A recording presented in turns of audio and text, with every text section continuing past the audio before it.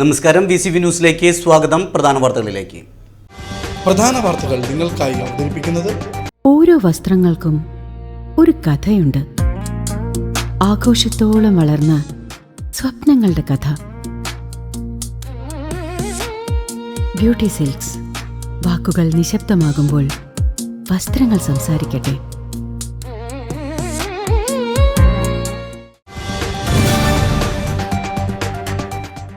വടക്കാഞ്ചേരി നിയോജക മണ്ഡലം LDF സ്ഥാനാർത്ഥി സേവ്യർ ചിറ്റിലപ്പിള്ളിയും ചേലക്കര സ്ഥാനാർത്ഥി UR പ്രദീപും നാമനിർദ്ദേശ പത്രിക സമർപ്പിച്ചു. ശനിയാഴ്ച ഉച്ചയ്ക്ക് വടക്കാഞ്ചേരി നഗരത്തിൽ നൂറുകണക്കിന് പ്രവർത്തകർ അണിനിരന്ന ആവേശകരമായ പ്രകടനത്തിന് ശേഷമാണ് ഇരുവരും തലപ്പള്ളി താലൂക്ക് ഓഫീസിലെത്തി പത്രിക നൽകിയത്.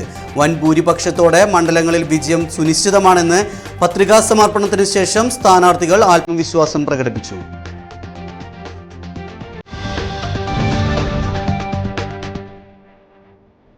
ഒറ്റപ്പാലത്ത് മത്സരം ഇത്തവണ ചൂടേറും. ഒറ്റപ്പാലം നിയോജക മണ്ഡലത്തിൽ LDF സ്ഥാനാർത്ഥി K പ്രേംകുമാറും UDF സ്വതന്ത്രനായി PK ശശിയും നാമനിർദ്ദേശ പത്രിക സമർപ്പിച്ചു. ഒറ്റപ്പാലം സബ് കളക്ടർ അഞ്ജിത് സിംഗ് മുൻപാകെയാണ് ഇരുവരും പത്രിക നൽകിയത്. കോൺഗ്രസ് അംഗത്വം സംബന്ധിച്ച ഉപാധികളെ തുടർന്നാണ് PK ശശി സ്വതന്ത്രനായി മത്സരിക്കാൻ തീരുമാനിച്ചത്. മോട്ടോർ തൊഴിലാളി യൂണിയൻ നൽകിയ കെട്ടിവയ്ക്കാനുള്ള തുകയുമായാണ് K പ്രേംകുമാർ പത്രിക സമർപ്പിച്ചത്.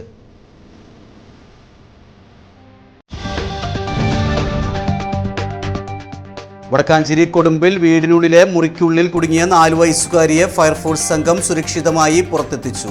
കൊടുമ്പ് മാരത്തോട്ടിൽ സലിക്കിന്റെ മകൾ ഇവയാണ് കളിക്കുന്നതിനിടെ അബദ്ധത്തിൽ മുറി ഉള്ളിൽ നിന്നും പൂട്ടിയത്. വീട്ടുകാർ വിവരമറിയിച്ചതിനെ തുടർന്ന് Wadakkanchery fire station officer Nitheesh TKയുടെ നേതൃത്വത്തിലുള്ള സംഘം എത്തിയാണ് വാതിൽ തുറന്ന് കുട്ടിയെ രക്ഷപ്പെടുത്തിയത്.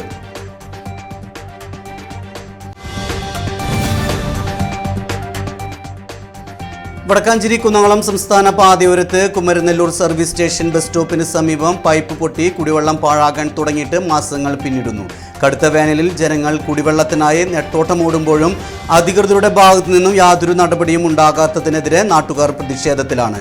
ആഴ്ചകളായി ശുദ്ധജലം ഓടയിലേക്ക് ഒഴുകിപ്പോകുന്നത് തടയാൻ വാട്ടർ അതോറിറ്റി അടിയന്തരമായി ഇടപെടണമെന്നാണ് പ്രദേശവാസികളുടെ ആവശ്യം.